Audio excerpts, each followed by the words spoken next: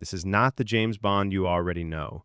This is the moment before the number, before the reputation, before the legend. What you're watching right now is 007 First Light, a brand new espionage action-adventure from IO Interactive that finally shows how James Bond is forged, not born. In this video, we're breaking down the gameplay, the story, and the systems behind this highly anticipated spy experience, and why it could redefine what a Bond game should be. Stay with me, because the details you're about to see matter more than you think. 007 First Light is a cinematic espionage action-adventure game developed by IO Interactive, and from the moment you step into it, you can feel that this isn't trying to retell familiar Bond stories. This is a standalone origin story, focused entirely on a young James Bond before the confidence, before the charm was fully weaponized, and before the number meant anything. You play as Bond at the very beginning of his MI6 journey, fresh off a heroic act that earns him a place in the newly revived 00 program.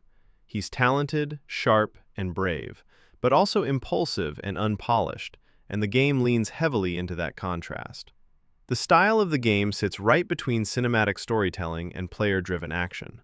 This isn't a pure shooter, and it's not a stealth-only experience either. It's built around espionage, choice, and adaptability. You're constantly deciding how you want to approach situations. Do you sneak through restricted areas, listening to conversations, hacking systems, and avoiding confrontation entirely?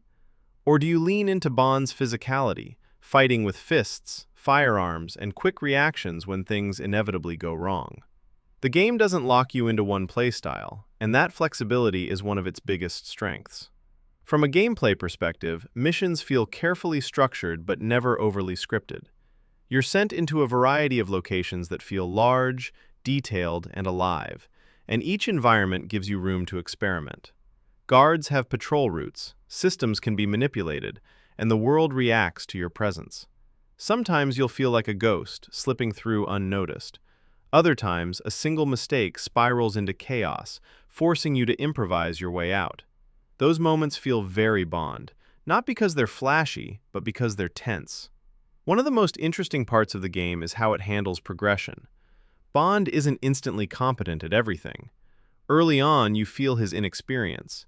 Combat is a little scrappier. Stealth requires more caution. As the story unfolds, Bond grows, not just in raw ability, but in confidence. You start to see how his instincts sharpen, how he learns when to be patient and when to strike. This growth is woven directly into both the narrative and the mechanics, which makes the progression feel earned rather than artificial. As Bond and Greenway push further into the investigation, the story gradually reveals itself as something far more dangerous than a single rogue agent. What begins as a contained mission slowly unravels into a web of secrets that threatens the stability of the state itself. You start to realize that this world isn't divided into clean lines of good and evil. Information is manipulated, alliances shift, and truth is treated like a weapon rather than something to be protected. The narrative leans heavily into themes of betrayal and loyalty, not in a dramatic, over-the-top way, but in a grounded, uncomfortable manner. You're constantly questioning who is really in control, who benefits from the chaos, and whether the institution you're serving is as incorruptible as it claims to be. What works especially well is that the game doesn't spell everything out for you. It gives you fragments, overheard conversations, incomplete reports, subtle reactions from characters, and trusts you to piece things together. That restraint makes the story feel smarter and more mature, and it keeps you engaged long after individual scenes end. Visually, 007 First Light fully embraces a cinematic presentation without ever losing clarity. The environments are richly detailed but carefully composed, so they never feel cluttered or distracting. Lighting plays a massive role in setting the tone. Shadows are used to create tension, while bright, high-profile locations emphasize how exposed Bond can feel in public spaces. Whether you're navigating the sleek, controlled corridors of MI6, blending into crowded, upscale venues, or infiltrating restricted and hostile areas, the game consistently feels like you're stepping inside a modern spy thriller. Camera framing during gameplay and cutscenes is deliberate, often lingering just long enough to let a moment breathe. Character animations are grounded and expressive, especially during close quarters combat and dialogue. You can read hesitation, confidence, and frustration in subtle movements, which adds emotional weight to scenes without relying on heavy exposition. Sound design quietly does a lot of the heavy lifting. Footsteps change depending on surfaces, distant voices hint at threats you haven't yet seen, and environmental sounds constantly feed into your situational awareness. You start relying on audio as much as visuals, especially during stealth-heavy sections. Music is used with restraint, rarely overwhelming the scene. Instead, it slowly builds tension, rising at key moments when Bond is forced to act, and then fading back into silence just as quickly. When the score does swell, it feels earned, usually marking a turning point where hesitation gives way to commitment.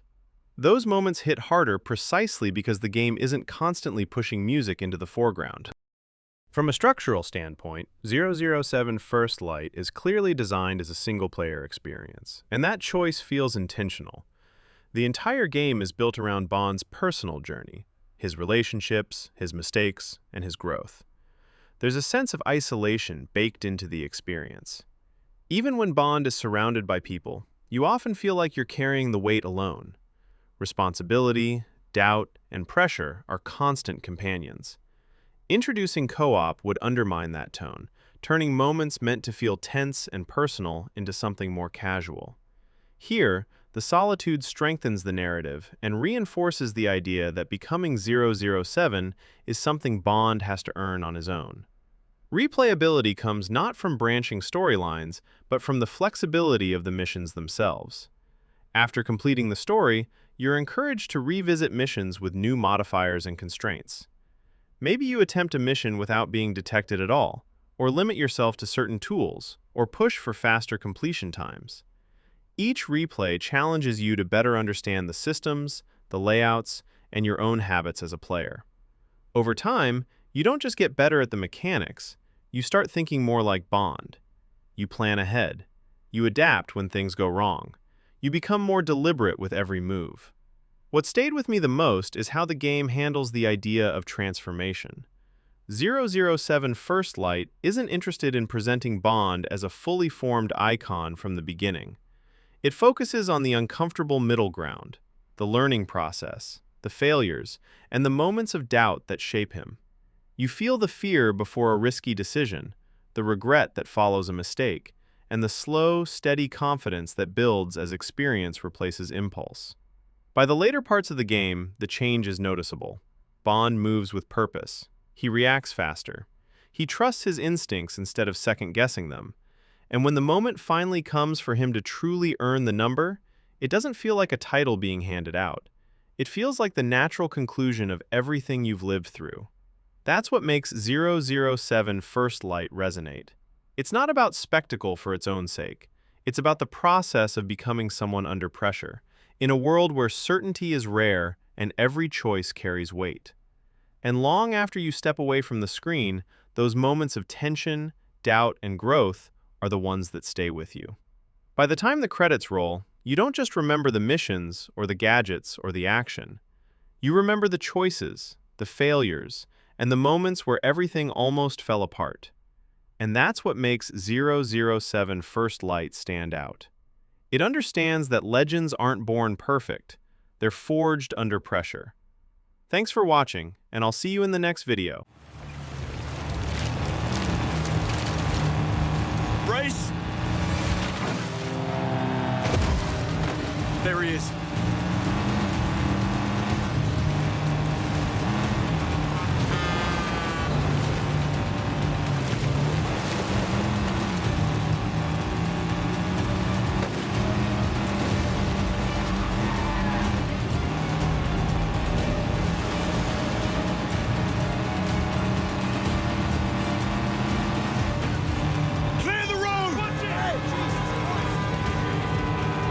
Hold tight.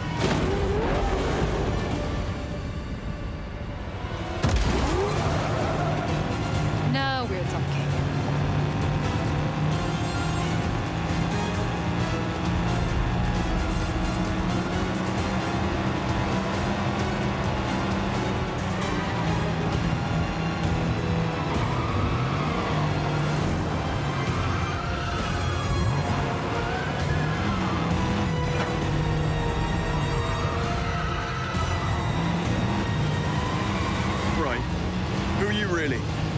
Agent Charlotte Ross. I'm with the DGSE. That's... French intelligence. James Bond, MI6. Yes, I figured as much. What's your interest in 009? Beckett didn't spend his fugitive years on a golf course. That's what you think. DGSE has been hunting him for a long time. This is the closest we've ever gotten, and I'm not letting him slip through my fingers now. Which sounds like we have a conflict of interest. How about we burn that bridge when we get to it? Fine by me.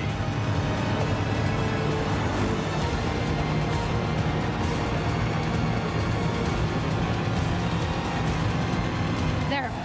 Pull over.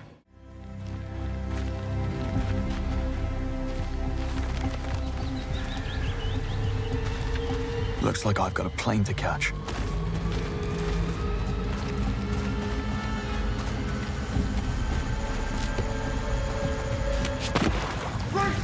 Go! Grab the lift off now! You reward.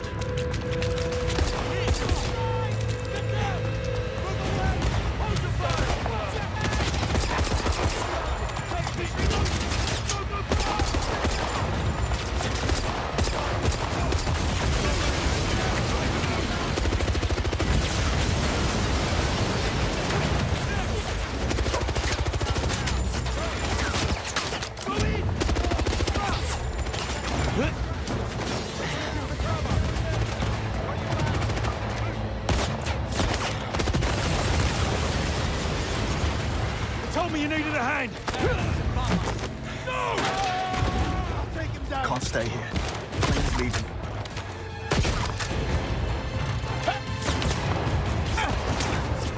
Right behind you!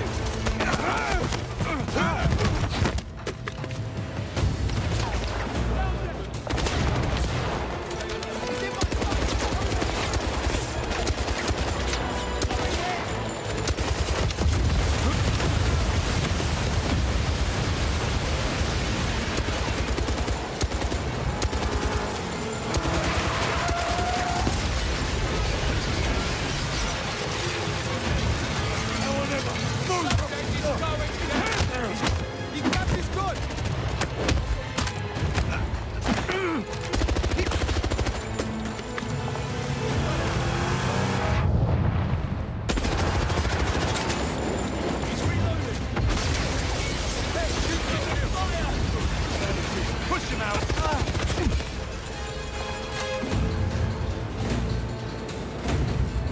I'm on it!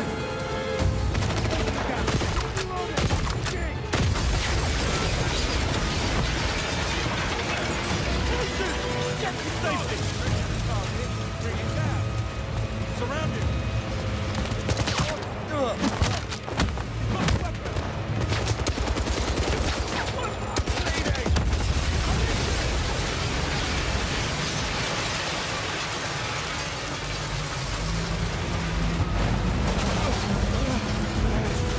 Hose! Grab the hose!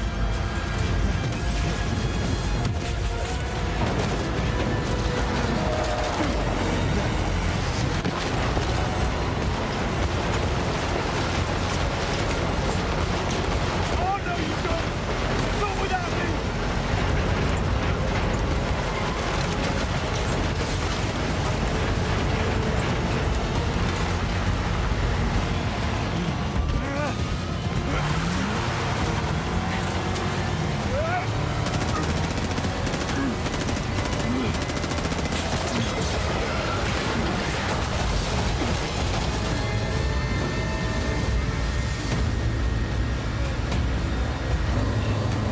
Talk about winging it.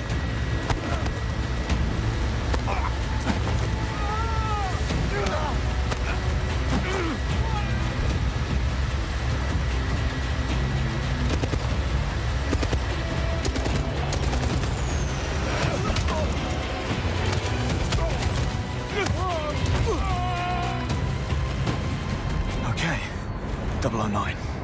You're next. Package secure? Snug in the front. Did you kill the transponder?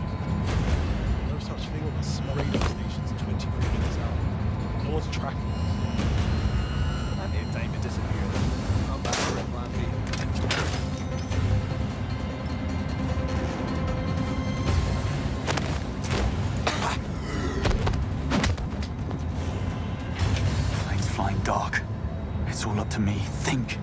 Need a way to force it down. If I could access the flight control system. Let's make some turbulence.